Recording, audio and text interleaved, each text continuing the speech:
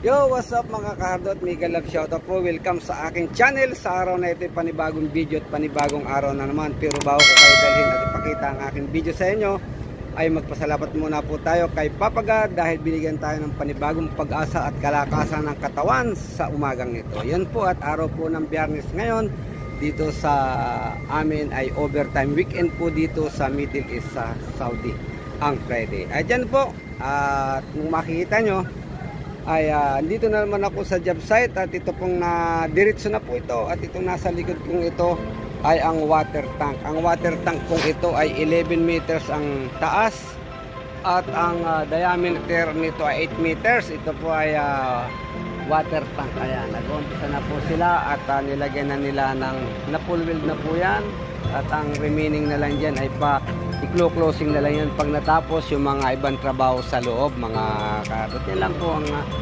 pasilip at update ko sa water tank na ito. Naglagay na rin sila ng mga hagdan patungo sa itaas. Ayan, may hagdan na rin yan. Ayan po, makita nyo, may hagdan na yan papunta ron sa taas.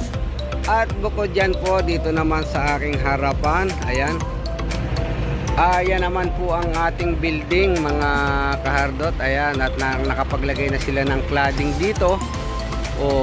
May design pero hindi pa rin tapos yan. Kulang pa yan, at meron pa rin yung dugsungan na flashing. Ayan po. At dito sa gilid na ito, nagkaroon tayo ng counting adjustment.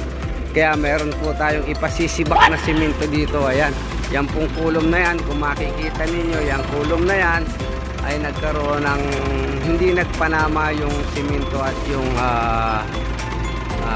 cladding. Yan po ay nangyayari sa project. Kuminsan ay may mga pagbabago, kaya kailangan nating i-modify. Ayan po, at kakatingin po nila ng babawasan ang simento. Kaya imbis na cladding, simento ang pinabawasan dahil mayroon po tayong flashing dyan. Ayan po, at dito naman sa kabilang ito mga kahardot, ayan, itong maliit na building na ito, itong maliit na building na ito mga kahardot ay ito ang water pump. Ayan, ipakita ko sa inyo. At ito po, ito ang pump room. Ayan, at natapos na nilang i-plaster to, naka-plaster na sa taas. Sa baba, bali painting na lang ang kulang dyan, saka yung mga light fixture, at syempre yung makinang ikakabit dito. Yan po, may plaster na po yan. Dito po ang pump room, malaking pump ang ilalagay dito, siguro dalawa para may alternate. Yan po sila. Ayan.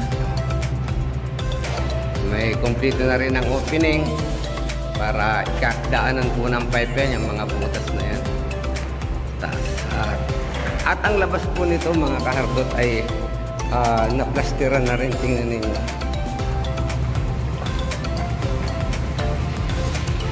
Yan naplasteran na rin yan. Kompleto na. Hindi pa gamati pa naalis yung scaffolding, pero kompleto na ang plaster niya.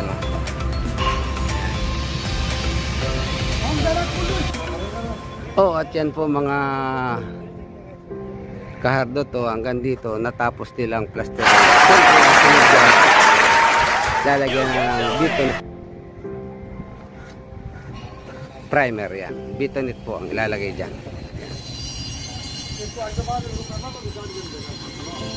Ayan po ang ito yung sinasabi ko sa inyo na kakatingin natin ng 5 cm. Stop it, get some help. Yan po, nagkaroon ng problema dyan, kaya inukaban ang yero, ang simento.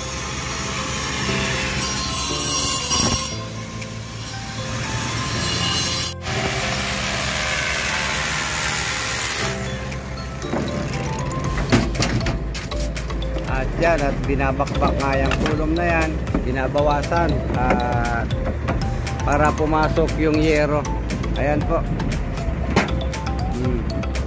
Hanggang doon sa taas.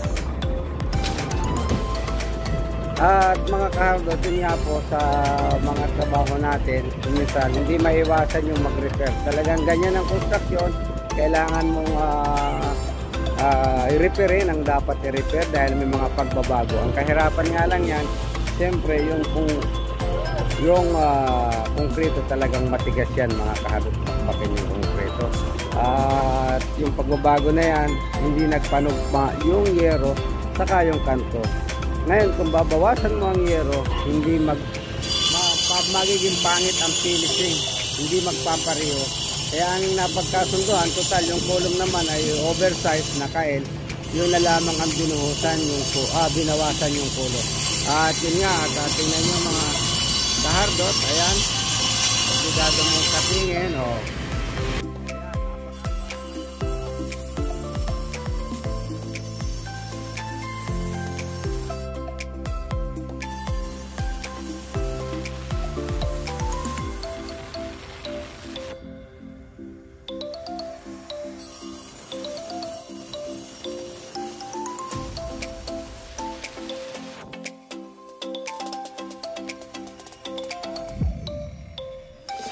Pakikita ko sa inyo kung bakit at binawasan yan pagka natapos na at naisara ng mahusay, na finish at nailagay yung yero.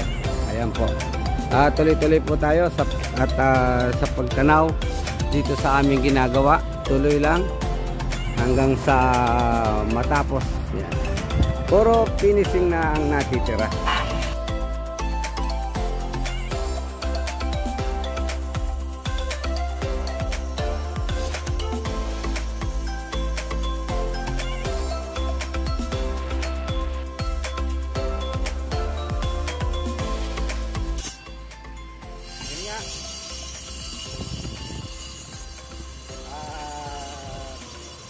Dito sa kabilang ito, silipin nyo, puro scaffolding naman dito dahil plasterin, magpla-plaster sila, plasterin yan. Ayan po mga kahardot, ayan.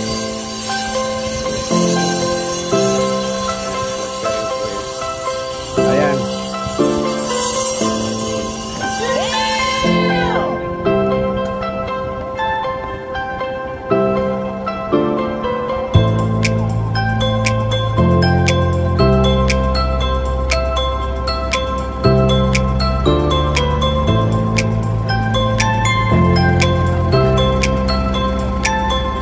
Naglalagay na naman sila ng scaffolding dito para sa plastering.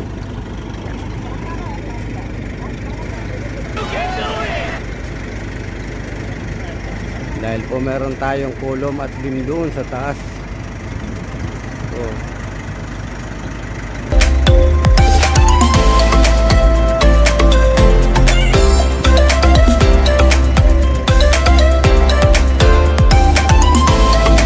At yan, at ang ating mga scissor lift ngayong araw ay mga nakapahinga. Ayan, ang tumatrabaho lang ay yung isa doon, electrical.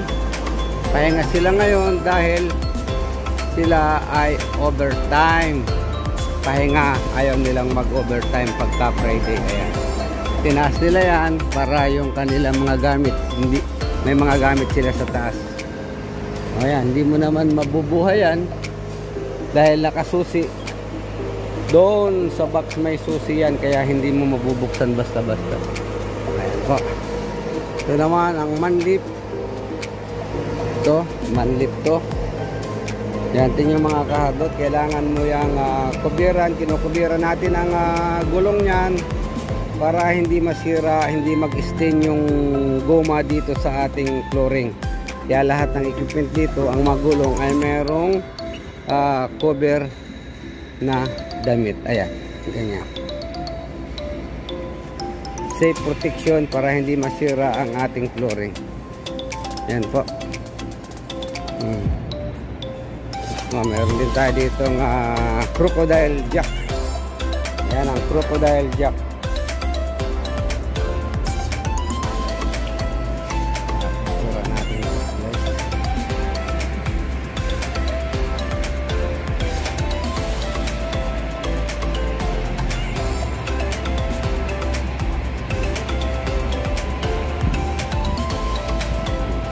Yan po, at ito, nakapaglagay na rin kami ng gypsum board dyan.